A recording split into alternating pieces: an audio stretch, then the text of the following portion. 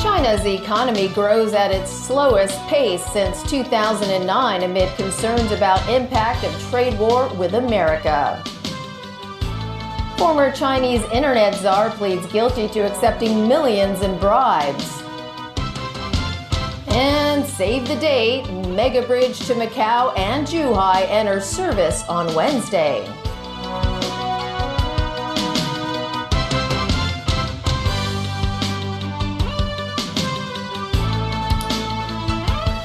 Good evening and welcome. China's economy has expanded at its slowest pace since the global financial crisis. This as Beijing grapples with the fallout from the ongoing Sino-US trade war. Jeff Tang reports. The mainland growth engine had been chugging along at its usual pace in the first half of the year. Back then, the biggest threat to the economy was Beijing's clampdown on credit to keep debt levels in check. Then US President Donald Trump came along and threw a spanner in the works. Trump accused Chinese technology firms of stealing intellectual property from their American counterparts and began slapping punitive tariffs on mainland exports to the US. There are signs that the trade war he started in July may have already taken a toll on the Chinese economy. The National Bureau of Statistics announced that the country's gross domestic product expanded 6.5% year-on-year in the July to September period. That was the slowest pace since early 2009 and below the 6.6% growth expected. The Bureau's spokesman Mao Shangyong warns the economy will face more downward pressure in the near future, but he remains confident that Beijing has what it takes to ride out the storm.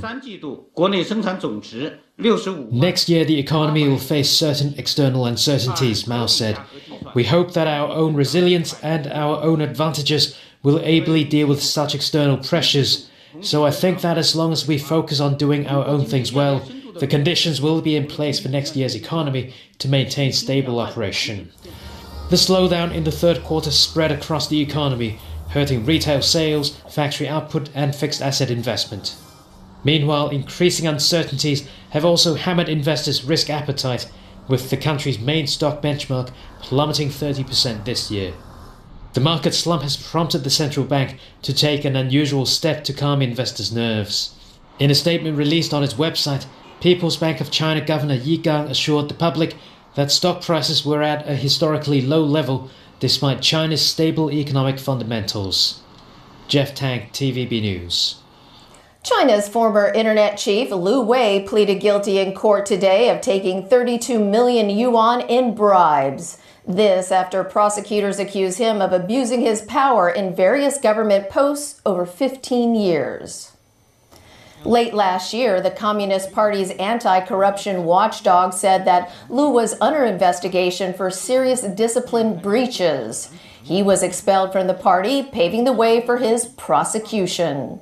Lu is just the latest in a number of senior officials caught up in a sweeping anti-corruption campaign under President Xi Jinping. He was once named by Time magazine as one of the world's most influential people. Mark your calendars. In 5 days, a Hong Kong-Zhuhai-Macau bridge opens.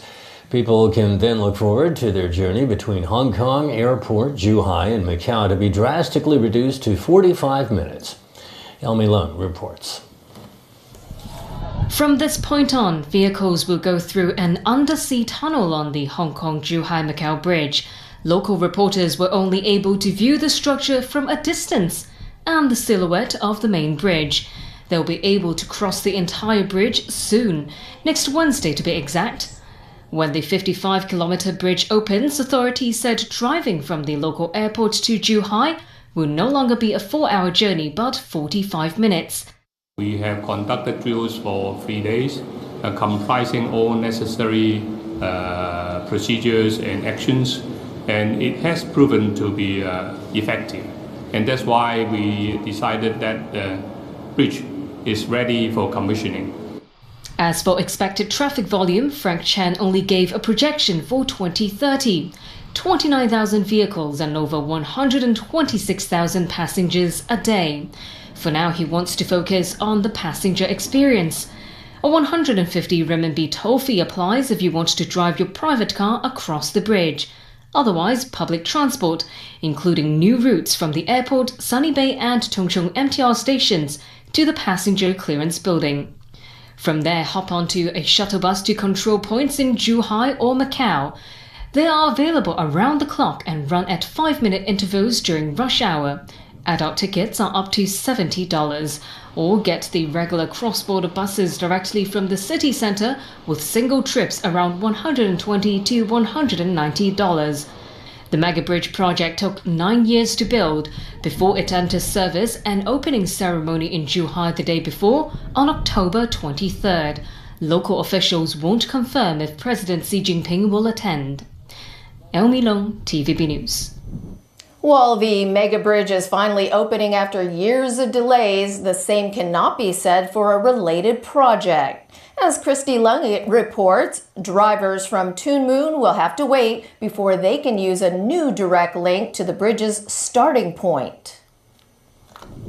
Although the mega bridge to Macau and Zhuhai is ready to go, the situation is not the same for its supporting facilities. The Tuen Mun Chat Lap Kwok link is set for completion in 2019 and 2020, although the $50 billion project was slated to open 2 years ago. Therefore, drivers setting off from Tuen Mun to the mega bridge will have to pass through roads connecting to the airport. Parts of the new link's southern section could enter service along with the mega bridge next week. That part of the southern section connects North Lantau Highway with the rest of the city and helps divert traffic near the airport. However, the northern section of the link will only be completed by 2020. This section connects Tuen Mun with the artificial island near the airport. Freight operators are looking forward to using the new mega bridge. Currently, the journey from Hong Kong to the west bank of the Pearl River Delta is a 200-kilometer route. After setting off from Kwai Chung, drivers enter the mainland through the Shenzhen Bay Port. Then they have to travel on 3 highways and a bridge before arriving in Zhuhai or Macau. However, the journey could be cut by half traveling on the mega bridge. Stanley Jiang, a freight operator representative, said that would help them compete against river vessels. They would be able to offer logistics services to Macau after the bridge's opening. Christy Lung, TVB News. Overseas now, Defense Minister Wei Fenghe and U.S. Defense Secretary Jim Mattis sought to cool tensions on the sidelines of a weekend meeting of the Association of Southeast Asian Nations in Singapore. China and the U.S. are among the 8+ partners at the ASEAN security meeting. Mattis and Wei agreed to control risks and deepen trust between the two military powerhouses. The ASEAN leaders, meanwhile, agreed on guidelines to manage unexpected encounters between their military aircraft. That builds on an existing code adopted last year to manage sea encounters. ASEAN leaders also announced a first-ever joint maritime exercise with China next week. U.S. President Donald Trump has acknowledged that the Saudi journalist who went missing from the consulate in Turkey is probably dead. Trump threatened that if Saudis are found to have murdered him, there would be very severe consequences. Alan Buknia reports. Turkish reports say Jamal Khashoggi was killed and dismembered inside the Saudi consulate by members of an assassination squad. Khashoggi, who lived in self-exile in the U.S., wrote columns critical of Saudi Crown Prince Mohammed bin Salman. In Istanbul, leaked surveillance pictures show a man who's been a member of the Crown Prince's entourage walking into the Saudi consulate just before Khashoggi vanished. Turkish officials say the man flew into Istanbul that morning with an autopsy expert and left that night. U.S. President Donald Trump, who'd been non-committal on the issue, now says he presumes Khashoggi's dead. It certainly looks that way to me. It's very sad. It certainly looks that way. What are you considering for possible consequences based on those? Well, it'll have to be very severe. I mean, it's bad stuff. But we'll see what happens. U.S. Secretary of State Mike Pompeo, who met with the Saudi prince earlier this week, said he warned bin Salman that his credibility as a future leader is at stake. We made clear to them that we take this matter with respect to Mr. Khashoggi very seriously. They made clear to me that they too understand the serious nature of the disappearance of Mr. Khashoggi. They also assured me that they will conduct a complete, thorough investigation of all of the facts. I told President Trump this morning that we ought to give them a few more days to complete that. Meanwhile, U.S. Treasury Secretary Steve Mnuchin tweeted that he will not attend a previously scheduled Saudi investment conference. He joins a growing number of world business leaders and diplomats who have decided to forego the event. The messaging underscores the administration's concern about the effect the case could have on relations with a close and valuable strategic ally. Trump had been emphasizing the billions of dollars Saudi Arabia is spending on weapons from the United States. Alan Buchnia, TVB News. European Union officials have welcomed British Prime Minister Theresa May's suggestion of extending her country's transition period out of the trading bloc. This as EU heads lament the lack of progress towards a concrete Brexit deal. The issue of the length of the transition period was not discussed among the EU 27 leaders yesterday. Therefore, if the UK decided that an extension of the transition period would be helpful to reach a deal, I am sure that the leaders would be ready to consider it positively. It's not the best idea, the two of us we had, but I think that this is giving us some room to prepare the future relation in the best way possible. Tusk added that while the EU is open to longer Brexit transition period, the bloc is still fully focused on achieving a deal before the official divorce date on March 29th next year. Meanwhile, Theresa May was slammed at home for her suggestion. Brexit campaigners are angry at the prospect of having Britain tied to EU rules for longer. May has stood firm, saying the extended period would give both sides more time to strike a trade deal that ensures a border between Northern Ireland and the Republic of Ireland remains open.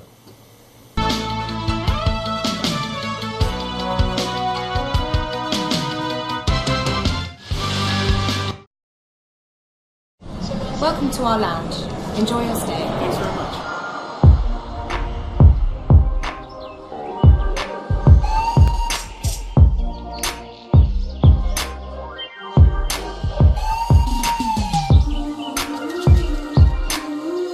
Find calm in over 1,000 airport lounges worldwide. It's another way we've got your back. The Platinum Card from American Express. Don't live life without it.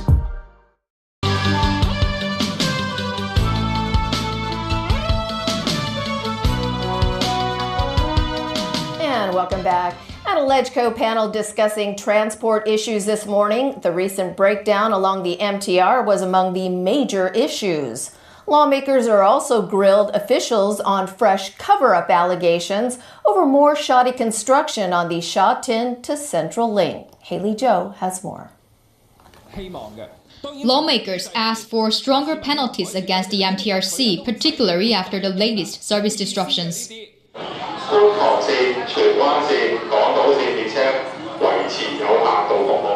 On Tuesday, signal failures saw services disrupted on 4 MTL lines during the morning rush hour, causing severe delays that lasted about 6 hours.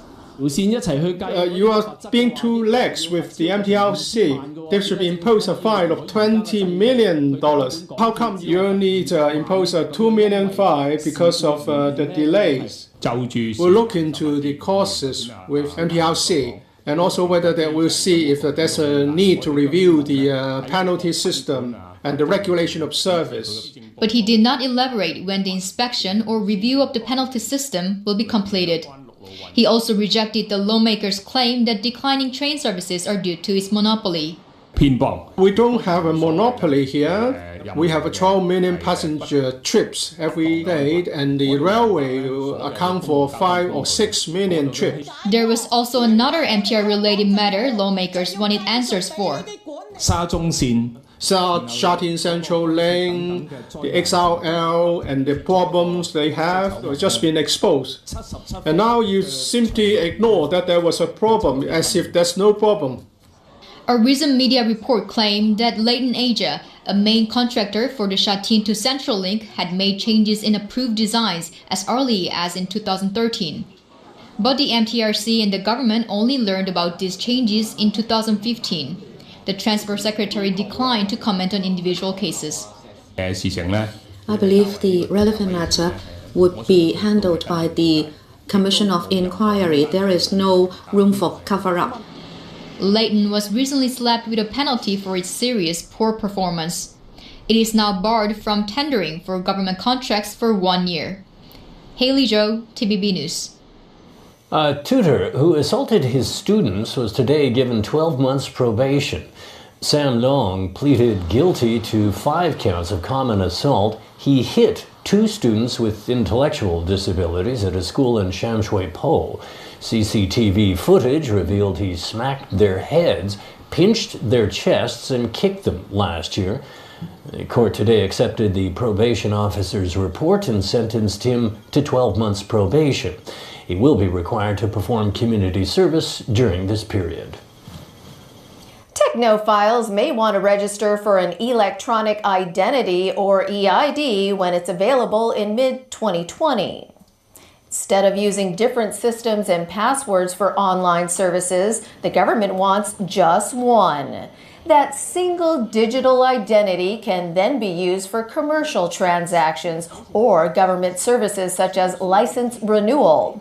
Secretary for Innovation and Technology Nicholas Yang played up the system's security as it allows the use of biometric features like fingerprints. Chinese, Malaysian, and Thai armed forces will start a joint drill in Malaysia tomorrow. Around 200 troops from the People's Liberation Army boarded planes from Hong Kong airport this morning.